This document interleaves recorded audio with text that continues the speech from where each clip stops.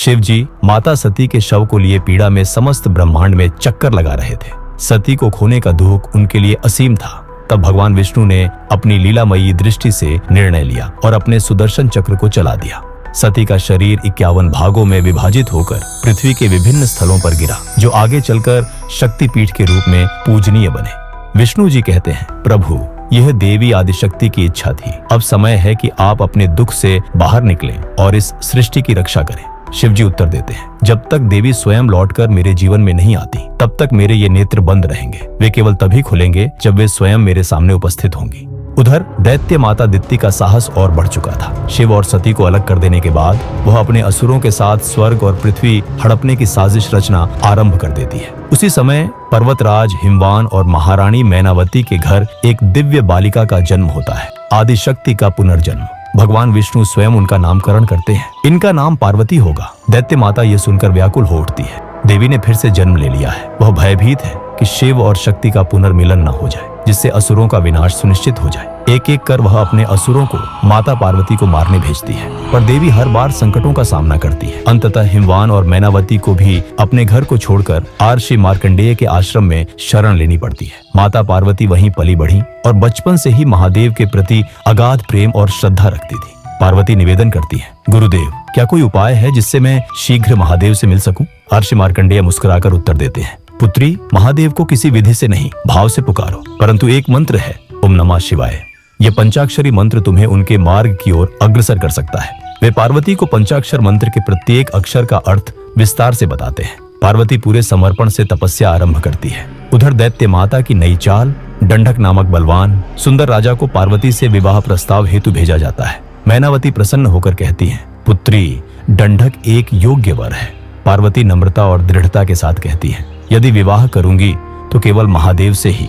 मैनावती आश्चर्यचकित होकर पूछती है, परंतु वे देव हैं, मनुष्य नहीं। पार्वती मुस्कुराकर उत्तर देती है, जानती हूँ माँ, वे मनुष्य नहीं, देवता हैं, महादेव हैं, जो मनुष्यता को देवत्व से भी ऊपर उठा देते हैं। उसी समय पर्वतराज हिमवान से मिलने एक वृद्ध व्यक्ति आता है और कहता है, आपकी पुत्री साधारण नहीं, स्वयं आदिशक्ति की रूप है। एक समय मैंने भी शिव सती को अपने अहंकार में अलग कर दिया था। मैं और कोई नहीं, प्रजापति दक्ष हूँ।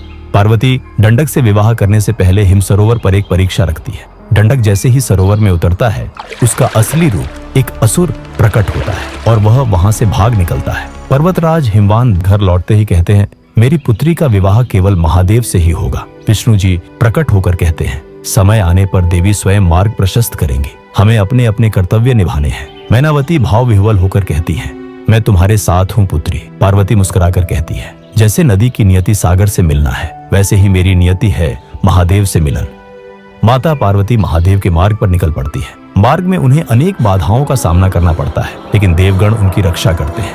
कैलाश पर्वत के समीप माता पार्वती को एक गुफा और उसके बाहर एक त्रिशूल नजर आता है। वह गुफा में प्रवेश करती है। वहां स्वयं महादेव समाधि में लीन होते हैं। माता पार्वती वहीं बैठकर वर्षों तक बिना अन्न जल के तप करती है, परंतु महादेव न जागते हैं, न अपने नेत्र खोलते हैं।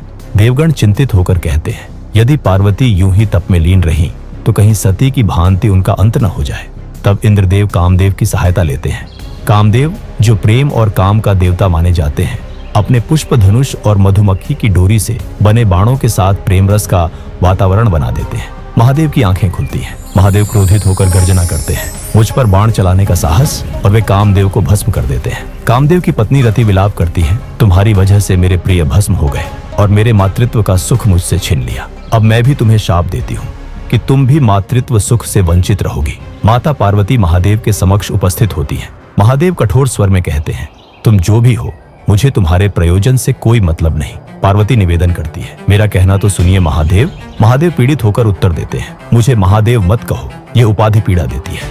पार्वती निराश होकर विष्णु जी से मार्गदर्शन मांगती है और माता पार्वती बेहोश हो जाती है। उसी क्षण आदिशक्ति स्वयं प्रकट होती है और विष्णु जी को उद्देश्य देकर चले जाती है। उधर गरुड़ देव, जो स्वयं भगवान विष्णु के वाहन हैं, नागों द्वारा किए गए अत्याचारों का प्रतिकार लेने निकल पड़ते हैं। वे एक एक कर वहां के नागों को मार गिराते हैं। नागराज वासुकी और उनके शेष सैनिक असहाय होकर वहां से भागते हैं और कैलाश पर्वत की ओर महादेव की शरण में पहुंचते हैं। वासुकी करुण स्वर में महादेव से कहते हैं, प्रभु, गरुड़ ने हमारे नागलोक में प्रवेश कर सबका संहार कर डाला। ये हमारे प्राचीन संधियों का उल्लंघन है। गरुड़ कैलाश आते हैं। महादेव प्रश्न करते हैं, गरुड़, जब समझौता हुआ था तो यह आक्रमण क्यों? गरुड़ उत्तर देते हैं, महादेव, मैंने केवल उन नागों का वध किया जिन्होंने अतीत में मुझ पर वार किया था। वे अब दया का अभिनय कर रहे हैं। महादेव कहते हैं, अब वे मेरी शरण में हैं। यदि तुम क्षमा मांगो तो मैं तुम्हारा अपराध क्षमा कर दूंगा।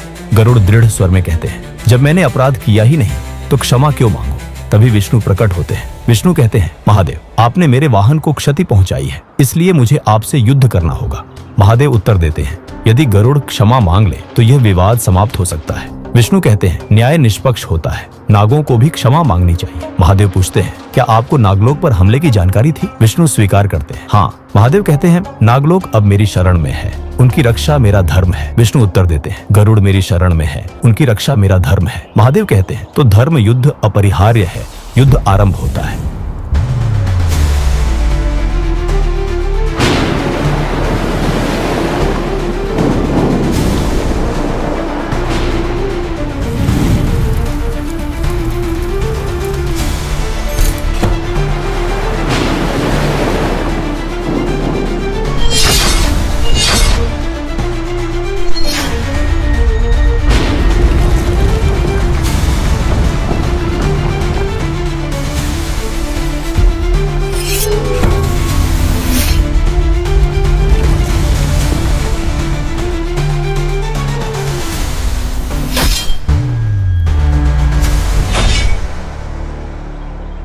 महादेव शांत होते हैं, त्रिशूल निकालते हैं और विष्णु के घाव भरते हैं। विष्णु मुस्कुराकर कहते हैं, यह देवी की लीला थी ताकि आपकी अनाशक्ति से आशक्ति की यात्रा पूर्ण हो सके। महादेव अब शितिकंठ कहलाते हैं। सभी देव लौटते हैं, पार्वती वहीं रहती है। महादेव कहते हैं, तुम यहाँ से लौट जाओ देवी।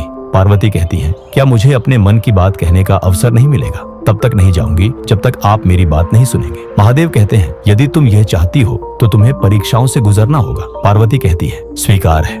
माता पार्वती वर्षों तक तपस्या करती है। एक दिन एक आर्षि पूछते हैं, तुम इतनी कठोर तपस्या क्यों कर रही हो? पार्वती उत्तर देती है, मैं महादेव को अपने पति रूप में पाना चाहती हूँ। आर्षि व्यंग्य में कहते हैं, वे श्मशानवासी प्रेतों के संग। पार्वती क्रोधित होकर कहती है, आप महादेव की निंदा कर रहे हैं, पर वही सृष्टि के कण कण में व्याप्त है। कहीं वर्षों तक माता पार्वती तपस्या करती रही। अचानक उन्हें एक बच्चे की चीख सुनाई देती है। वे उस दिशा में जाती हैं और देखती हैं कि एक मगरमच्छ ने उस बच्चे को पकड़ लिया है। मगरमच्छ कहता है, यदि तुम अपने तप का फल मुझे दो तो मैं इसे छोड़ दूंगा। माता पार्वती कहती हैं, मैं तुम्हें अपने जीवन की संपूर्ण तपोबल प्रदान कर दूंगी, किंतु पहले इस बालक को मुक्त करो। बालक और मगरमच्छ अदृश्य हो जाते हैं। महादेव प्रकट होकर कहते हैं, वह ऋषि और मगरमच्छ मैं ही था, तुमने हर परीक्षा पार की है। अब वे कैलाश लौटते हैं। पार्वती कहती है, जब माता पिता जानेंगे कि हम एक हो चुके हैं तो वे प्रसन्न होंगे।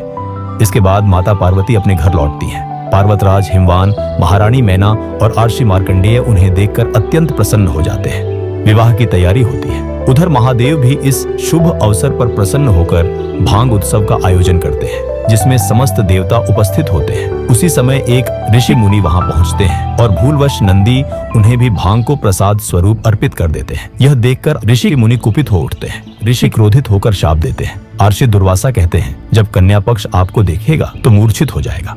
उसके बाद बारात निकल पड़ती है।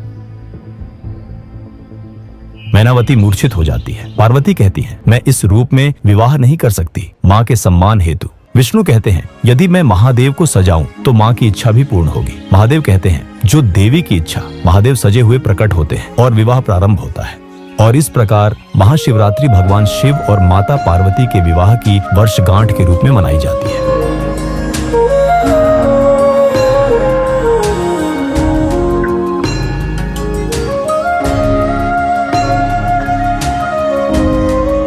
Support this divine journey. Like, subscribe, and comment with Har Har Mahadev to spread the power of Shiv J.